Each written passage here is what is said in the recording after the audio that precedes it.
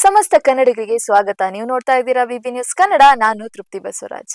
ರಾಜ್ಯಾದ್ಯಂತ ಸಂಚಲನ ಮೂಡಿಸಿದ್ದ ಚಿತ್ರದುರ್ಗದ ರೇಣುಕಾಸ್ವಾಮಿ ಕೊಲೆಯ ಪ್ರಕರಣದಲ್ಲಿ ಇದೀಗ ಭಾರೀ ತಿರುವೊಂದು ಎದುರಾಗಿದೆ. ಪ್ರಕರಣದ ತನಿಖೆ ನಡೆಸಿದ್ದ ಪೊಲೀಸರ ವಿರುದ್ಧವೇ ಈಗ ಸುಳ್ಳು ಸಾಕ್ಷಿ ಸೃಷ್ಟಿಸಿರುವ ಗಂಭೀರ ಆರೋಪ ಕೇಳಿಬಂದಿದೆ. ಕಾಮಾಕ್ಷಿಪಾಳ್ಯ ಠಾಣೆಯಲ್ಲಿ ನಡೆದಿದ್ದೇನು? ನಟ ದರ್ಶನ್ ನ್ಯಾಯಾಧೀಶರ ಮುಂದೆ ಇಟ್ಟ ಹೊಸ ಬೇಡಿಕೆ ಏನು? ಈ ಬಗ್ಗೆ ಸಂಪೂರ್ಣ ಮಾಹಿತಿ ಇಲ್ಲಿದೆ. ಹೌದು, ರೇಣುಕಾಸ್ವಾಮಿ ಕೊಲೆ ಕೇಸ್ನಲ್ಲಿ ಮೊದಲಿಗೆ ತನಿಖೆ ನಡೆಸಿದ್ದ ಕಾಮಾಕ್ಷಿಪಾಳ್ಯ ಪೊಲೀಸ್ ಠಾಣೆಯ ಇನ್ಸ್ಪೆಕ್ಟರ್ ಗಿರೀಶ್ ನಾಯ್ಕ್ ವಿರುದ್ಧ ಮೂರನೇ ಆರೋಪಿ ಪವನ್ ಪರ ವಕೀಲರು ನ್ಯಾಯಾಲಯದ ಮೆಟ್ಟಿಲೇರಿದ್ದಾರೆ. ಪೊಲೀಸರು ಸುಳ್ಳು ಸಾಕ್ಷಿ ಸೃಷ್ಟಿಸಿದ್ದು ಇನ್ಸ್ಪೆಕ್ಟರ್ ಅವರನ್ನು ಆರೋಪಿಯನ್ನಾಗಿಸಿ ವಿಚಾರಣೆ ನಡೆಸಬೇಕು ಎಂದು ಕೋರಿದ್ದಾರೆ. ಅಷ್ಟಕ್ಕೂ ಈ ಆರೋಪಕ್ಕೆ ಕಾರಣ ಪೊಲೀಸ್ ಠಾಣೆಯ ಟೈಲ್ಸ್.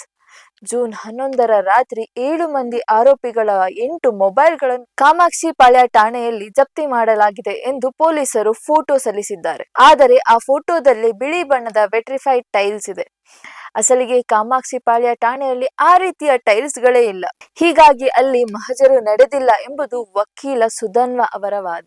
ಇದೇ ವಿಚಾರಣೆಯನ್ನು ಪರಿಶೀಲಿಸಲು ಠಾಣೆಗೆ ತೆರಳಿದ್ದ ತಮಗೆ ಪೊಲೀಸರು ಒಳ ಪ್ರವೇಶಿಸಲು ಅವಕಾಶ ನೀಡಿಲ್ಲ ಎಂದು ವಕೀಲರು 57ನೇ ಹೆಚ್ಚುವರಿ ಸಿಟಿ ಸಿವಿಲ್ ಮತ್ತು ಸೆಷನ್ ನ್ಯಾಯಾಲಯದ ಮುಂದೆ ದೂರಿದ್ದಾರೆ. ನ್ಯಾಯಾಧೀಶರೇ ಖುದ್ದು ಠಾಣೆಗೆ ಭೇಟಿ ನೀಡಬೇಕು ಎಂಬ ಮನವಿ ಮಾಡಿದ್ದಾರೆ. ಇದನ್ನು ಗಂಭೀರವಾಗಿ ಪರಿಗಣಿಸಿದ ನ್ಯಾಯಾಲಯ ವಕೀಲರು ಠಾಣೆಗೆ ಭೇಟಿ ನೀಡಿದ್ದ ದಿನದ ಸಿಸಿಟಿವಿ ದೃಶ್ಯಾವಳಿಯನ್ನು ಸಂರಕ್ಷಿಸುವಂತೆ ಪೊಲೀಸರಿಗೆ ಸೂಚಿಸಿದೆ. ಜೊತೆಗೆ ಪ್ರವೇಶ ನಿರಾಕರಿಸಿದ ಬಗ್ಗೆ ಪ್ರಮಾಣ ಪತ್ರ ಸಲ್ಲಿಸುವಂತೆ ವಕೀಲರಿಗೆ ನಿರ್ದೇಶಿಸಿದೆ.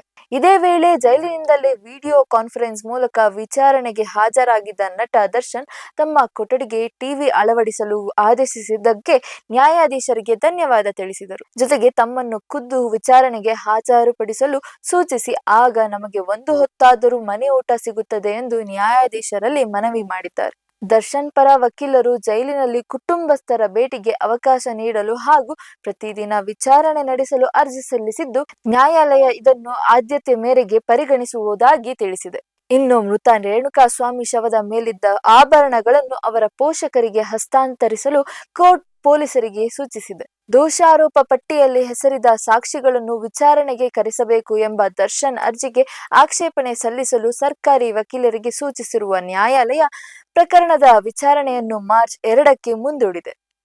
ಅಲ್ಲಿಯವರೆಗೆ ದರ್ಶನ್, ಪವಿತ್ರ ಗೌಡ ಸೇರಿದಂತೆ 7 ಆರೋಪಿಗಳ ನ್ಯಾಯಾಂಗ ಬಂಧನ ವಿಸ್ತರಣೆಯಾಗಿದೆ. ಒಂದೆಡೆ ಪೊಲೀಸರ ವಿರುದ್ಧವೇ ಕೇಳಿಬಂದಿರುವ ಸಾಕ್ಷಿ ನಾಶದ ಆರೋಪ, ಮತ್ತೊಂದೆಡೆ ದರ್ಶನ್ ಅವರ ಮನೆ ಊಟದ ಬೇಡಿಕೆ. ದಿನೇ ದಿನೇ ಈ ಹೈ ಪ್ರೊಫೈಲ್ ಪ್ರಕರಣ ಹೊಸ ತಿರುವುಗಳನ್ನು ಪಡೆದುಕೊಳ್ಳುತ್ತಿದೆ. ಕೋರ್ಟ್ ಮುಂದಿನ ವಿಚಾರಣೆಯಲ್ಲಿ ಯಾವ ನಿರ್ಧಾರ ಪ್ರಕಟಿಸಲಿದೆ ಎಂಬುದನ್ನು ಕಾದು ನೋಡಬೇಕಿದೆ. ಇದಾಗಿತ್ತು ಈ ಹೊತ್ತಿನ ವಿಶೇಷ ವರದಿ. ಸಮಗ್ರ ಸುದ್ದಿಗಳಿಗಾಗಿ ಸದಾ ಗಮನಿಸಿ ವಿಬಿ ನ್ಯೂಸ್ ಕನ್ನಡ. ಇದು ಕನ್ನಡಿಗರ ಪ್ರತಿಧ್ವನಿ.